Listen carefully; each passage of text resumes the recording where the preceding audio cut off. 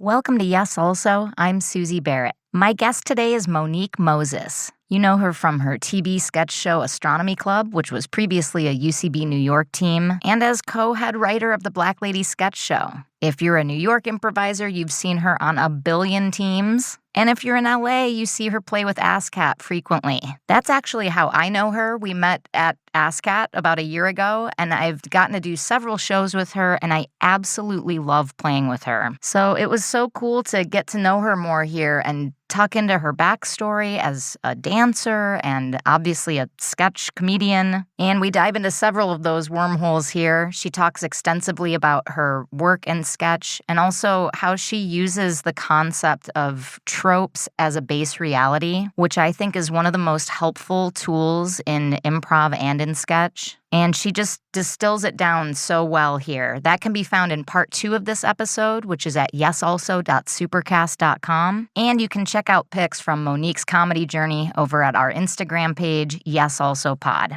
Okay, and with that, here's Monique. Monique, welcome and thank you for being here. Hello, Suzi. Thank you for having me. This is so exciting. My goodness. It is really, and a long time in the making. I'm a huge fan of yours. Oh, stop. We have an interesting improv relationship because we've done a bunch of ASCATs together, but we haven't gotten the chance yet to hang out outside of that. So I know you mostly on stage. Yeah. And ASCAT's so much fun. Mm-hmm. It's so much fun. Let's start there. What do you like about doing those shows, and how do you think they're different from other shows that you do or have done? I love pulling from monologues. I love, and usually the monologists that we get are people who have lived robust lives and have really interesting stories to tell. And I really love finding what's weird and unusual, what's playable from their weird, unusual things. Let's dig into that. Mm-hmm. I'm constantly talking to students about this, about scanning their own personal filter and sorting things into funny but not playable or funny and playable. Yeah. What's your this is we haven't hit this topic yet on this show, and I think it's important. When you're looking for playable things, what are you looking for? I'm definitely looking for behavior, and I tell my students this all the time, but just like something that I can I can embody and present. And then also like a good philosophy or a good like way of seeing the world or thinking. I feel like there was one scene we did where, maybe not you and me, but like a scene that I've done where the girl character only wanted romantic gifts, like her love language was scary things that scared her. And so I just felt that was very playable. We just want to see her get scared and then also love that she got scared. So yeah. And to clarify it, so in the actual monologue, that was the truthful thing? It was a side thing. It was like a little joke. They were telling the story and then they were like, I don't know, maybe it's my love language. And then they went on and they continued on. So I don't think it was, if I remember correctly, I don't think it was actually the thing that was funny. Right. But that's a great point. And that's something that performers who do premise work should be listening to monologues for. Mm-hmm. Those little moments where the monologist says something like she was just kind of being funny, like, I don't know, maybe scary things are my love language, but her saying love language opens the door for the cast to now use that. You have earned the right to map over like other loving romantic things mashed up with scary things. Right. So yeah, like those prominent phrases, those and yes, emotion and behavior, point of view, all of that stuff. Are there specific? Do you prefer playing the unusual person in premise work, or do you prefer playing voice of reason? Do you have a preference? I don't have a preference. I just really try to.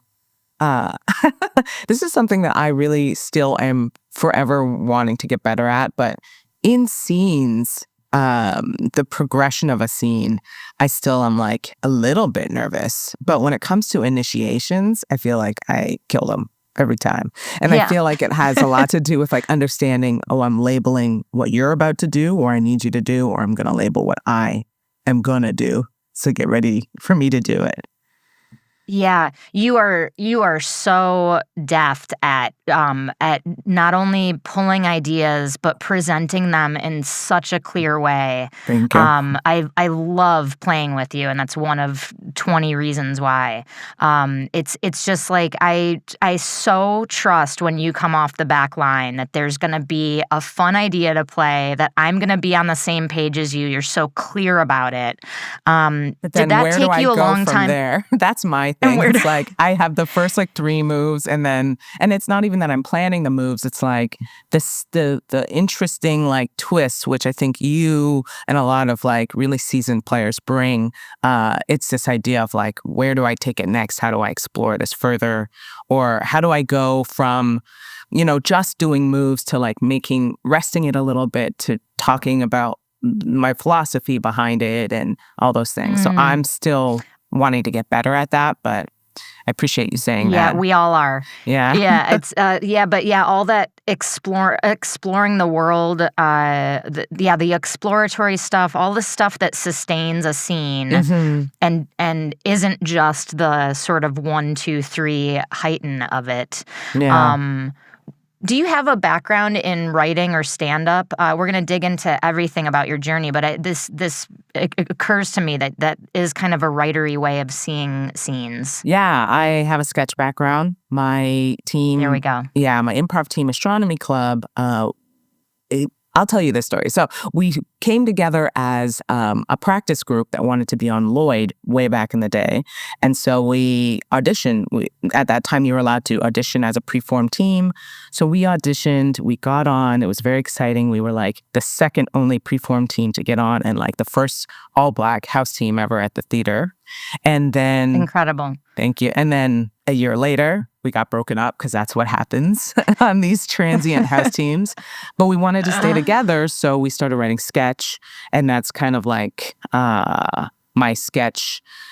And then from there, we did work with Comedy Central. We got our Netflix show, and I've always kind of worked in sketch. I worked on Black Lady Sketch Show as a head writer, and so in my mind, sketch is always helping me inform how I do. But then also when I do sketch and like I'm giving notes or when I'm writing, I'm forever telling them to think of it in an improv way where there's game and then there's like behavior and favoring sort of the actor or the character rather than sort of the structure of it. So, yeah.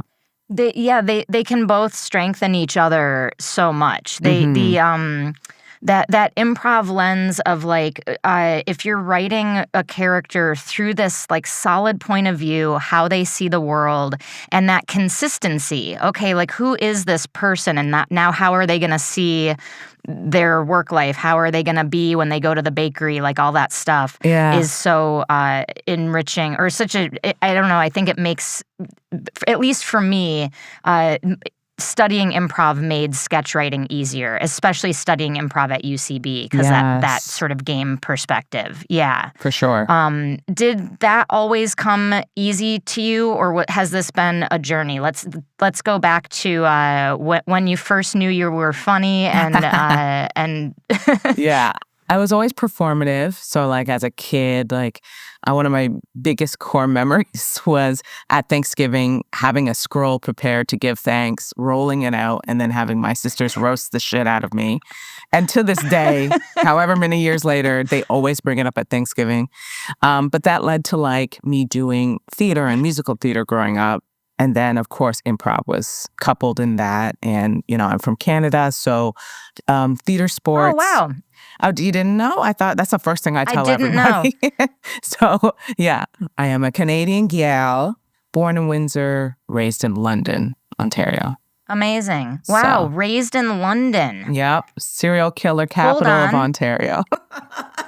Oh, London, Ontario. Yes. I was like, wait, I was like, that's why you're so good at British accents. Oh, no, that's all kids in the hall. Yeah. I had family in Hamilton, which isn't too far from there. And Windsor is my neighbor. I grew up in Detroit, so I was always hopping over to take advantage of that drinking age. Did we ever talk about Boblo Island? No. No, we didn't? Okay. That's the thing I always talk to Detroit people about, because my family would have like family reunions on Boblo Island when it was still open. And good Lord. Take someone you love to Boblo Island. Yeah. For the listeners, this was, I think, the world's like smallest, shittiest attempt at an amusement park. Yeah. It's like this tiny island between Detroit and Windsor, right? I don't know, because I was a kid. Yeah. Just a trashy boat ride over to this kind of rickety amusement park that we thought was the coolest thing in the world. But it also brought America and Canada together at a better time when we were friends and not pseudo-enemies. And not trade war adversaries. Yeah. You know, Boblo Island could solve Trump if we just resurrected it. Yeah. I'm on the phone Boblo with my senator right now. Right. Listen, what do you mean bigger fish to fry? I'm talking about 2 words, Bob Lowe. Ma'am, that's one word. Okay, well, let's make it 2. Let's make it 2 words again. Read my hat. Okay, so you get into theater, sports. Yes. This was in high school? Yeah. Short form was big in high school. Whose Line Is It Anyway is a big show that for all of us growing up in improv loved. Yeah. Although I don't think it wasn't Canadian based, but you know, that tradition of short form, Keith Johnstone and all that good stuff came out of Canada. And then when I got older, I was introduced to long form because a team from New York came to a Toronto comedy place called the Comedy Store. And I was blown away. I had never seen long form improv before. And I was like, they made a full ass play out of just one suggestion. This is incredible. And when I moved to New York, I went to an acting school that had its own improv program as well. And they were like, you're really good. You should try this place called UCB. And I'd never heard of it. And then when I did go, I became obsessed. I drank the Kool-Aid. And it was all I thought about from then on. Yeah, you put on your requisite toga and relinquished all contact with family members, dropped your cell phone in a toilet, and they've never heard from you again. Truly, do you still, I just want to know about this. What acting program was it? And did you have your sights set on like just a full-blown serious acting career? Yeah. So in Canada, I went to college, university, we call it, at York University in Toronto. And I wanted to go into acting, but I totally beefed the audition. So I was in the sort of theater technical program. I could still take acting sort of courses, but it was mainly theater theory and production. And I had a minor in film and a minor in directing. And so, but also, while all this was happening, I was also a dancer. I have this whole past of being like a hip hop dancer and like funk style, street styles. I was like trying to do music videos. I was in dance classes like 4 times a week. So it was like, I just wanted to perform. I just wanted to be on stage and be not seen because I wanted the attention, but because I wanted to express what was inside. And then so school was kind of on the back burner. And then my husband at the time, my husband, who's my boyfriend at the time, my husband now, got the opportunity to move to New York to work with a director. He was a film student turned editor, and to work with a director. And I was like, we've been together for 5 years at that point. I'm going with you. So we moved to New York, and I went to this school called NYCDA, New York Academy. What? NYCDA. What does that stand for? New York Compact Disc Association. Yeah, wait, why does that school stand for? I went there for 3 years. New York Conservatory of Conservatory of Dramatic dance Arts. And yes, there we go. Okay. Babe, my memory, I should have done a disclaimer at the beginning of this, but we just jumped right in. I cannot remember anything before 2020 or words. So, or frankly, words. or words, phrases, anything. So you'll get me stuttering and yeah. I'm the same. Listening to playback on these is rough for me. But you sound great. And we don't know what your life or memories are, so you can just make shit up and we don't know. Okay, good. You can be like, yeah, I went to Rhode Island and became a carpenter. Like, we're great. What when you talk about expressing what was inside you, can you put words to that feeling? Sure. So especially as a dancer, and I don't have this anymore, which makes me a little sad, but I would be compelled if I heard a song that really made me move to choreograph to it. Like I had to create a series of movements and pictures that represented how this song made me feel. And I'd had that ever since I was a young person. And then also that translates as well in, acting and theater as well. I always wanted to I would read a play or I'd see a play and I'd want to put my spin on it. I'd want to be like, I envision this character as this and I want you to see my take of it. So it's always this sense of this compulsion to give my stamp to a thing, I think. Talk about being born to be an artist. That is, that's pure artistic and creative voice that you could feel from a young age. Thank you. That's so beautiful. Well, it's a little gone now. As I get older and as the internet gets wider, I don't know how these kids are out here just putting their soul out there because I'm terrified of judgment and cancellation. That's why I love the stage because it's like only technically supposed to last for one show. We're live streaming it and keeping it online now, but people realize it's improv. It's coming off the top of our heads. So that's why I love this form. There's some forgiveness there. Yeah. It's not like I wrote this in Microsoft Word and had all the time in the world to read it and revise it, and now here it is. Exactly. I so relate to what you're talking about with internet stuff, and there's just like there's a little bit of paralysis that comes with just everything of it. I have this weird paranoia too where I'm like, any idea I have or thing I want to do, like someone's probably done it before, and I have I'm like very bad at being up on pop culture, and I'm very bad at internet. I'm very bad at like memes and knowing what's what. Yeah. And so I have this paralysis about like, well, but if I put something out and someone's done that before, it's going to look like I stole their joke. I did just see a wonderful quote from a TikToker that said, "You must flop in order to fly." So we should flop and be cringe as much as we can in order to succeed. Yeah, totally. I think also like, the younger generation has kind of a different, I don't know, barometer for aversion, you know? Yeah, for sure. I was going to ask, like, what year did you graduate high school, if you don't mind me asking? 2001. I'm old. So we're kind of a similar generation. I'm 5 years older than you. Oh, really? But yeah, I'm a 96. Wow. We look young. You look young. I thought you were younger than me. I have the maturity of an 8-year-old, so that comes through. Yeah. No, you look very young. That's why I'm like, you're very millennial, but okay, we're similar generation, or you're cuspy.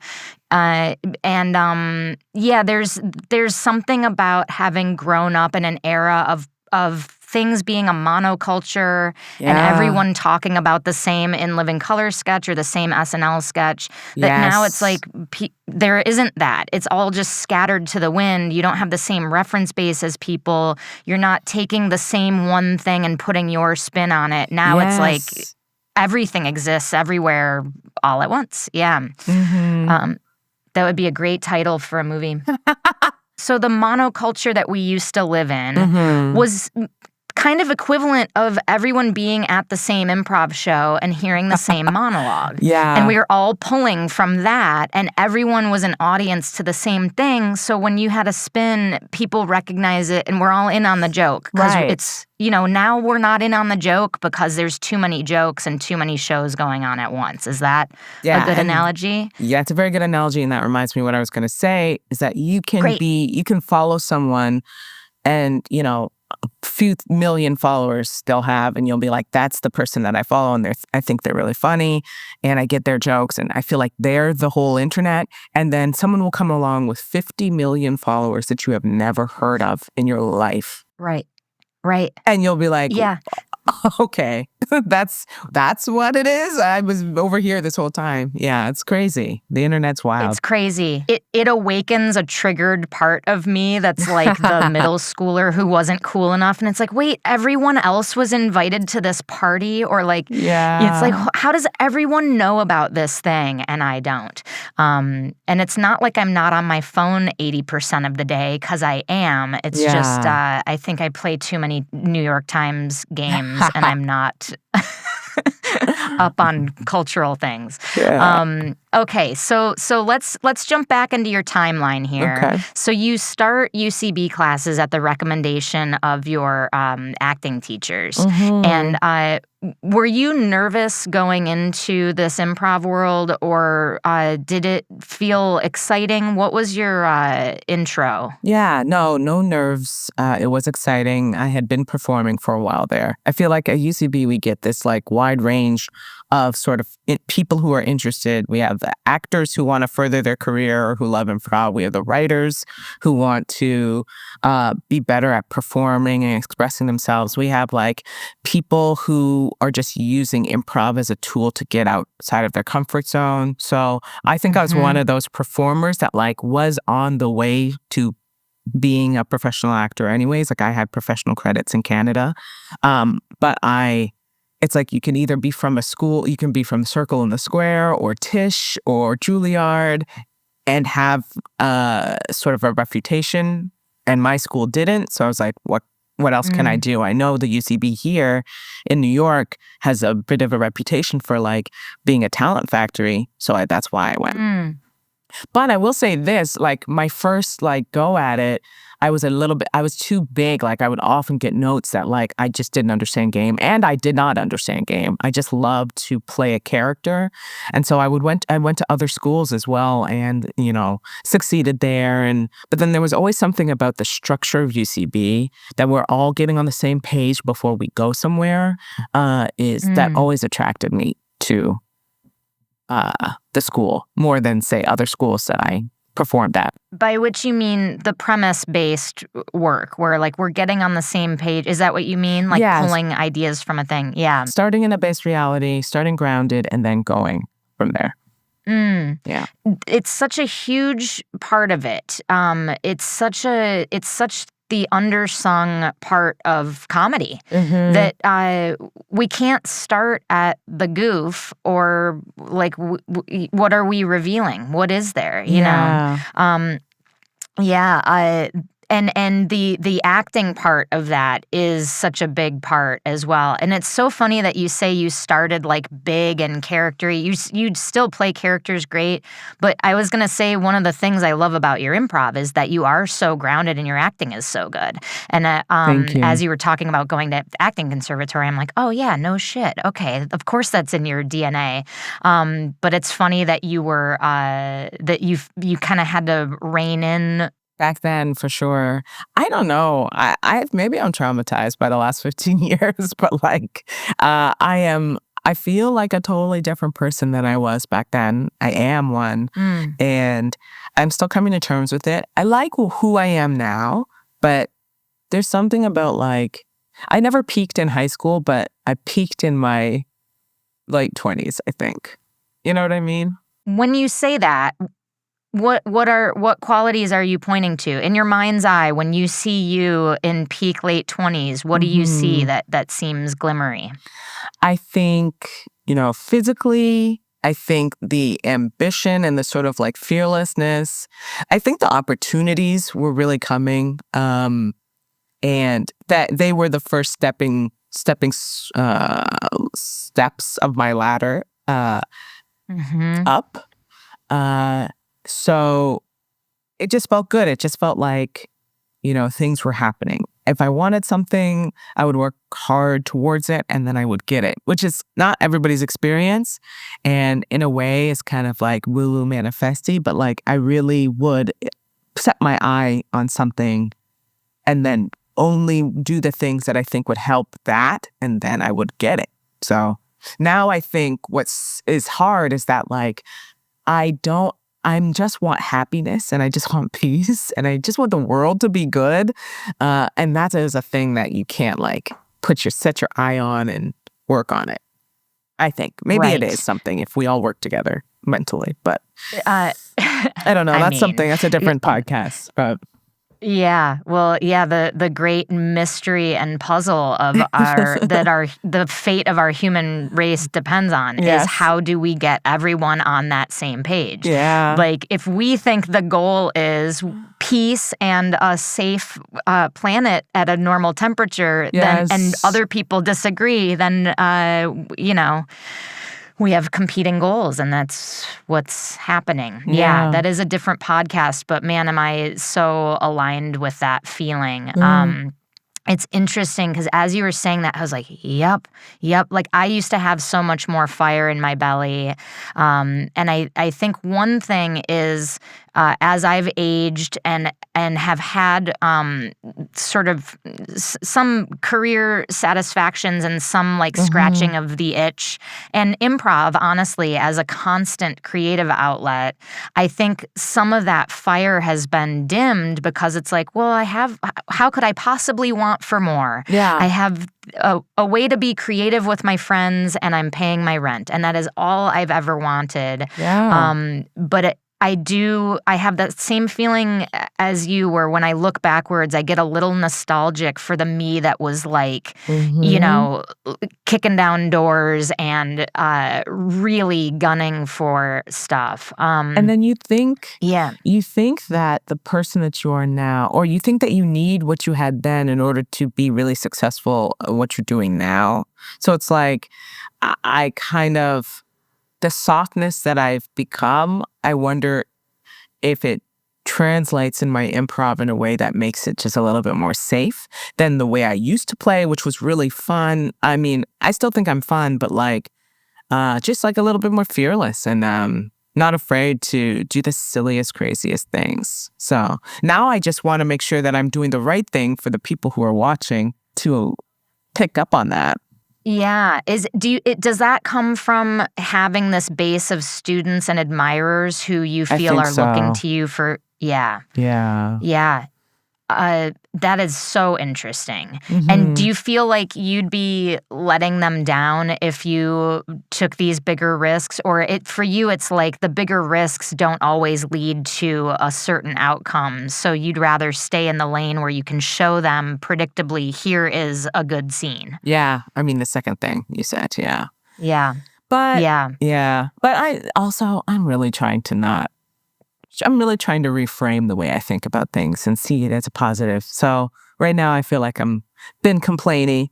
So I'm going to get back into the frame of we do great improv and we're very lucky and blessed to be able to do it. So. Yeah. And I think, honestly, yeah, right. Nothing but hashtag gratitude over here. Exactly. That's it. I do think there's something in the mindset of an artist that is hardwired for not being satisfied, not in a negative way or a complaining way, but there's a yearning that defines artists. And I wonder if, I'm just thinking out loud here, I've never thought of this theory before, but I wonder if as we age and our life becomes more fulfilled and we have checked off kind of the major list points, if the yearning then needs an outlet or a place to go, and so it looks for the greener grass, or it goes like, well, maybe I should be fearless like I was, when back then we were like, I want to be on ASCAT, and it's like, that striving still exists in us. It's like a tiger in a cage that's pacing. It's like it wants to be running somewhere. I don't know. Yeah. Paradox of life, grass is always greener. But it's like this like weird feedback loop, right? The way that you just explained it. But actually, now that you say that, I think like as an elder improviser, I think. Oh dear! Oh no! I'm so sorry. Oh, I was naming myself that, not you. As an elder improviser. But you're not. Oh no! I think that I do have a responsibility to take all that I've learned and then all that I sort of like am responsible with my connections to the theater, as a teacher and as a director, to do that. So I shouldn't be so hard. I shouldn't take that lightly. And I think it is something that we should do as ASCAT performers. Because sometimes, people will come to an ASCAT show and it'll be a little bonkers. And it's like, yeah, it's really fun, but also we are supposed to represent what the theater is, trying to do. Yeah. But with that, I can possibly find, new outlets for this ambition. I mean, as we get older, our health becomes like a number one thing for us. That's something that I'm really trying to focus on this year. So it's like, it just shifts. And I think I just need this nostalgia that I have from my past self, which I think I'm going to do a solo show about. Yeah, just sort of, I don't want to do like a funeral of my past self or like a mourning of my past self, but I do want to do sort of like a midlife review or something. I love that. Yeah, to just show that I've had a million lives and I want people to know that that's what made this woman you're seeing right now. But, yeah, that's brilliant. Oh, thank you. I'll get you a comp. You can come for free. Also, I have no theater and I haven't written it, so I'll let you know. I'll see you next weekend. Yeah, excellent. Please, and I will gladly buy a ticket and support that. Oh, well, thank you. That sounds very cool. Yeah. But keep going. My point was that this sense of nostalgia that's like sort of tinted with negativity because you think that person back then was better than who you are now. I don't know. That needs to be worked on because clearly the people we are now are pretty great. And the people we were back then were also pretty great. So we should have this love for both of them. And I'm desperately working on that.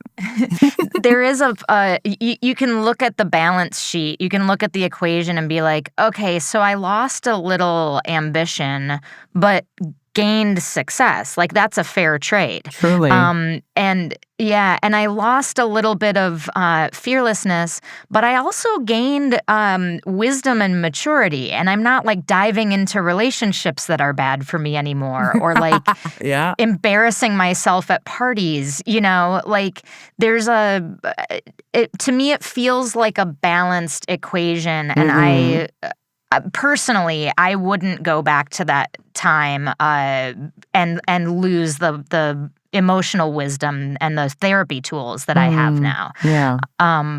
But I don't know if, who's to say? Yeah. So, I want to go back to what you said about playing these shows like ASCAT that students look to as examples and having this feeling of responsibility. I absolutely feel that. And there have been shows where they feel, like you said, they're like a mess and they're like too loosey-goosey. Yeah.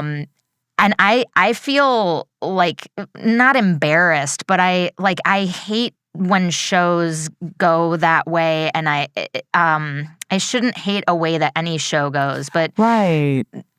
Yeah. I end up feeling like I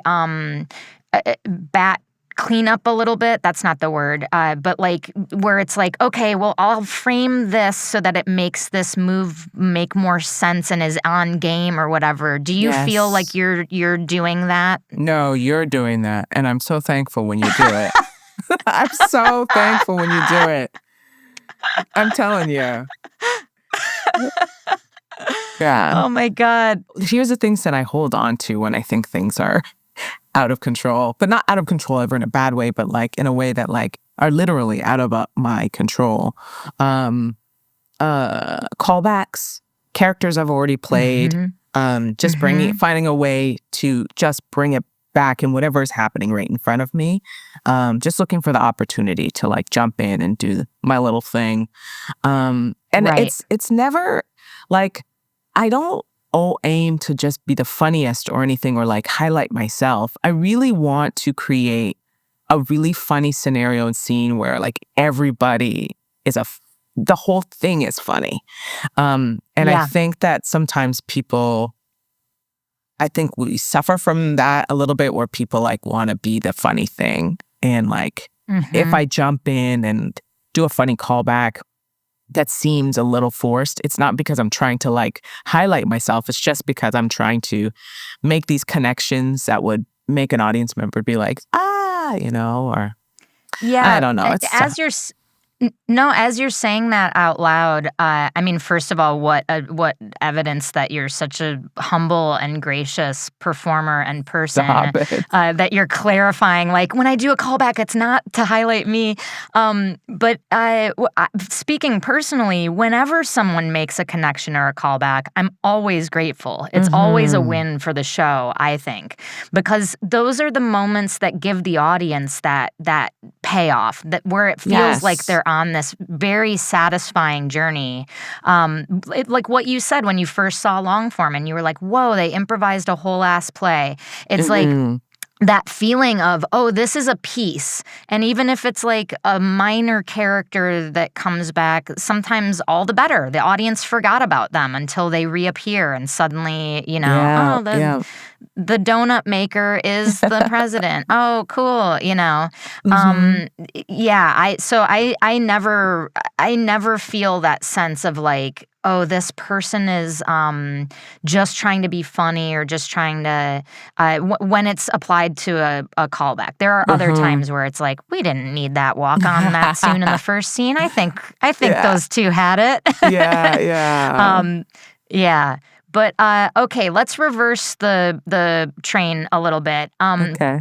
When you spoke about starting UCB classes and you said it took you a while to get comfortable with game or to like really get an understanding of it, what was it that finally made it click for you? Because I think that's such a relatable journey for people. Like that, some people get it right away, but most people don't. Yeah. I think. For me, it's behavior. It's that sense of like the game is somebody doing something as opposed to, I think some people just think like, what's funny about, I don't know. At this point, actually, it's really hard for me to go back and see why I didn't get it. But now I really get it. It seems so clear to me. But it's the sense of like, I see it in a kind of actually pretty black and white kind of way. It's like either we're doing a premise thing where the whole world is unusual, and multiple people can be unusual because a whole world is sort of off kilter, or we're doing a single person is unusual there, and they have a specific behavior, specific point of view, the way they look at the world, and we just watch them do their thing in different places, different locations, different times, different scenes and stuff. Right. And such a key part of that, I'm glad you said like behavior plus like how they see the world. That philosophy piece is so helpful when you're justifying your behavior. And I've said this before, I think, on this podcast that like no matter how bananas this person's behavior is as this unusual character, they can always ground it with a real human being justification. And that buys them more runway to do it more. Because you go, okay, so that's the reason why,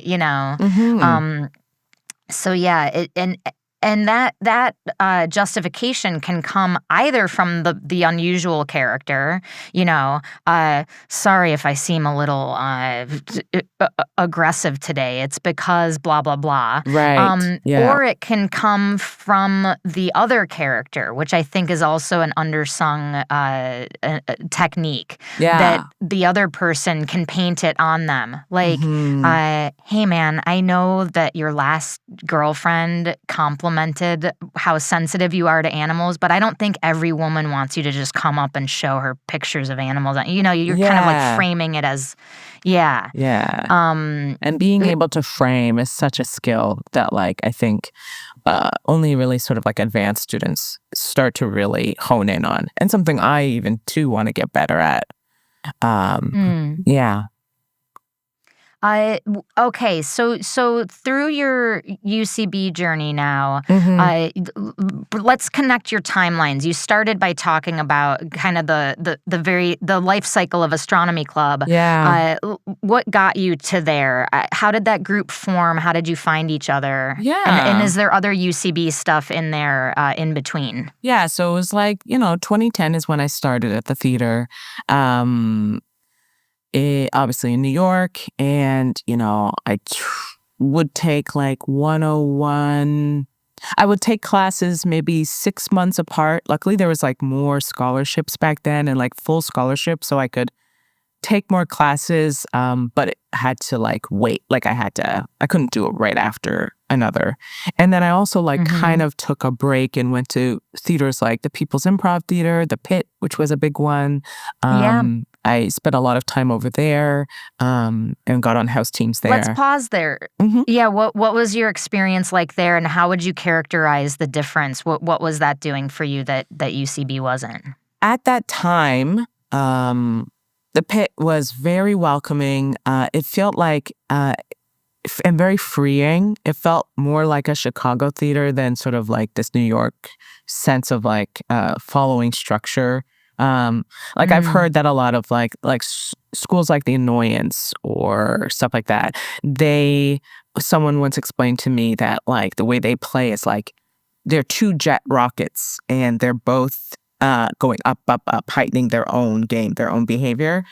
Never nary to meet, nary to intersect. Right. So when you're a UCB player playing with an Annoyance player, it can sometimes be kind of frustrating because you'll never get on the same page. I shouldn't say never, but like that's what I found. Back then. Things may have changed though. That's kind of where my awareness drops off also, because I haven't been back to Chicago in a while. But there's a plus side and a minus side to it, like everything. Like every style has its shadow side. The great part about the Annoyance philosophy, it's that philosophy of put your own oxygen mask on first before you help someone else. Like give yourself something at the top of the scene that you can play, that's your thing, and then you can worry about what the scene is, or not worry about it. Like you have your thing. The shadow side of that is that not getting on the same page, or not both actors not being in service of a greater game or a greater comedic truth. It's like if the thing you gifted yourself has nothing to do with the scene, then you're spending so much time trying to, I think, justify why you're like that and this person's like that, when maybe you could just, I don't know. We also actually gift ourselves too, but we tend to try to adjust quicker, I think.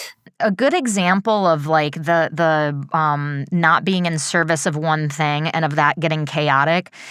There's a lot of SNL sketches through the years where it's like, well, it was about this, but all of a sudden it shifted. It's like where another unusual character comes in, and those are the sketches that don't work. It's like, well, why wasn't it just about the nosy grandma? Like, why also now is it about the kid is on drugs or whatever? I don't have an example at the ready, but it's interesting to see that stuff play out and go like, no, the sketches that are about one unusual thing or one unusual person are the ones that hit, you know? With the exception of something like, did you watch the SNL reunion show? I saw many of the sketches, but I didn't watch it in full. I'm working my way through it. Again, I'm slow with pop culture, but they did like the beloved Scared Straight thing with Keenan, but Eddie Murphy was his his buddy, and that's an exception where it's like, yes, there are two unusual characters, but they're aligned in their point of view and their game is the same. Both of them are scaring the kids straight by talking about prison sex. Yeah. I mean, essentially that show it's a celebrity variety show in the format of a sketch show, because it's like they have to service, like you're saying, the celebrity and their skill. And then if you have a celebrity cast, like if you have members who are starting to get notoriety, I think in the last few years, like I feel like the recent cast, I'd say of the last 5 years or so, doesn't have the notoriety of the cast members that used to be on it, and so that actually helped sketches feel more cohesive to me. They only needed to have the one person be the crazy person. That's such an interesting point that I never thought about. Like when you have these like breakout SNL cast members like Kristen Wiig and Bill Hader, now suddenly you have more celebrities in the sketch that are like, that need to pop because now the fans are coming for that. Yeah, that's so interesting. Now it does feel more like an ensemble. And obviously there's like people are well known and people are stars on it, but it's, that is a difference. For part 2 of this episode, go to yesalso.supercast.com. If you like this podcast and you want double the content, head over to yesalso.supercast.com and subscribe. You can also help us out for free by subscribing to us on YouTube and talking us up to your improv communities. If you have a question that you'd like us to answer in one of our Q&A episodes, or a topic that you think would make a great bonus episode, put it in a 5-star review. If you're a theater who would like to host us for a live recording and improv show, let us know at yesalsopod@gmail.com. A very special thanks to our producer, Ryan Rosenberg, audio and video editor, Brian Kessler, and social media czar, Britt Faye. Thanks for listening, and we will see you next week. No, we won't, Suzi. That's not how podcasts work. They won't even see us. They will listen to us, so it's actually the opposite of both things you said. Thanks for listening, and you will listen to us next week. Maybe. We don't know.